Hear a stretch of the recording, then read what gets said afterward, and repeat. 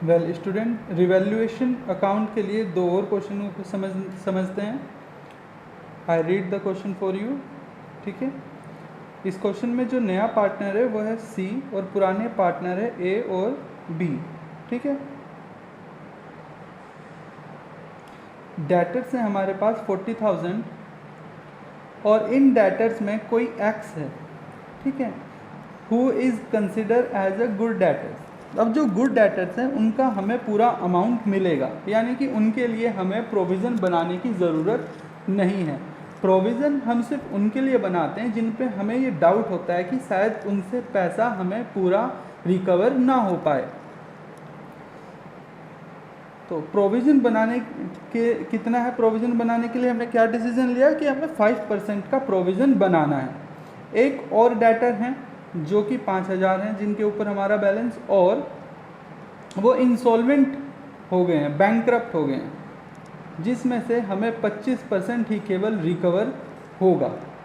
अगर इस तरह का क्वेश्चन आता है जिसमें कोई, दो बातें बताता हूँ, जिसमें कोई या तो आपका गुड डेटर हो या फिर कोई इंसॉल्वेंट हो गया हो, कोई इंसॉल्वेंट हो गया हो, उस तरह के क्वेश्चंस के लिए डेटर्स का अमाउंट याद रखिएगा 40,000 है। उस तरह के क्वेश्चन में क्या कैलकुलेशन करते हैं, आइए समझते हैं। रिवैल्यूएशन बनाने से पहले कैलकुलेशन कर देखते हैं। तो कैलकुलेशन में हमारे पास दो, ये देखिए डेटर्स का अमाउंट हमारे पास गिवन है 40,000 और जो डेटर्स हमारे पास 40,000 गिवन है, जो गुड डेटर्स हैं उनके लिए हमें प्रोविज़न बनाने की ज़रूरत नहीं होती, तो हम गुड डेटर्स को का अमाउंट इसमें लेस कर देते हैं, तो हमारे पास अमाउंट बचेगा 35।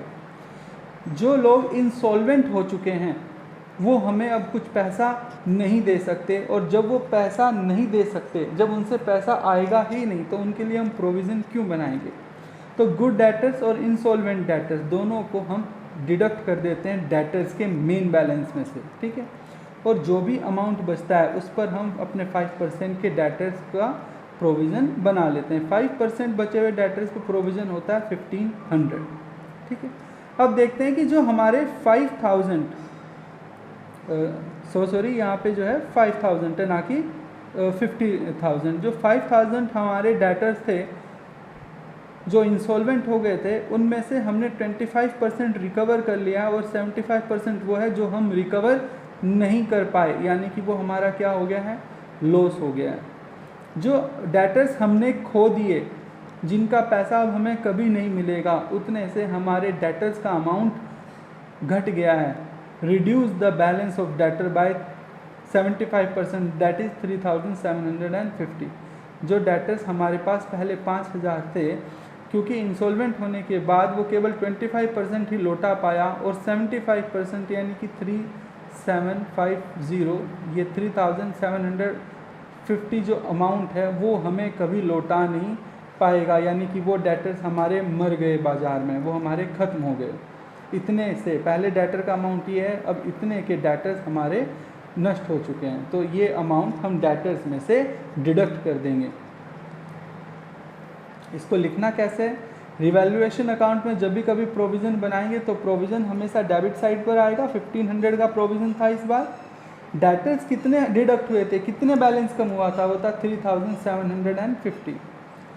यही बैलेंस हम यहाँ टोटल करके इधर ले जाएंगे, और डेबिट जब ज़्यादा आता है तो हमारा रिवैल्यूएशन में क्या आएगा, लॉस आएगा। इक्वली डिस्ट्रीब्यूट कर लेंगे पार्टनर्स में। ठीक है, तो ये हमारा रिवैल्यूएशन अकाउंट था। इस क्वेश्चन में हमारा जो वर्किंग नोट है वो ज़्यादा इम्पोर्टेंट था। देखते हैं एक और क्वेश्चन देखते हैं। हमारे पास पार्टनर है W&R, ठीक है, और ये पार्टनर रेशियो है 3:2। कुछ हमारे पास पुरानी बैलेंस शीट दी हुई है जिसमें क्रेडिटर प्रोविज़न फॉर डाउटफुल डेब्ट पहले से ही गिवन है हमारे को 2,000 का। ठीक है, outstanding salary, general reserve, cash. Debtors का अमाउंट हमें गिवन है 18,000, स्टॉक, फर्नीचर और प्लांट एंड मशीनरी। अब देखते हैं, C admitted for 1/6 of his share. ठीक है, C bring 30,000 for goodwill and 10,000 for his premium, 30,000 for capital and 10,000 for premium. तो ये अमाउंट रिवैल्यूएशन में नहीं आता। Debtors 1500 to be write off as bad debt and provision of 500 will be created on doubtful debt. ये हमारा revaluation का entry है. Outstanding salary will be paid of. जो सैलरी आउटस्टैंडिंग थी वो हम पे करेंगे, और जब हम उसे पे करेंगे आउटस्टैंडिंग सैलरी को, तो हम उसे कैश में पे करेंगे. आउटस्टैंडिंग सैलरी एंट्री क्या होगी? Outstanding salary account debit to cash account. Cash चला जाएगा जब हम पे करेंगे, तो लायबिलिटी खत्म हो जाएगी, डेबिट साइड पर आ गई है. ठीक है, इसमें कहीं पर भी रिवैल्यूएशन में एंट्री पास नहीं होगी.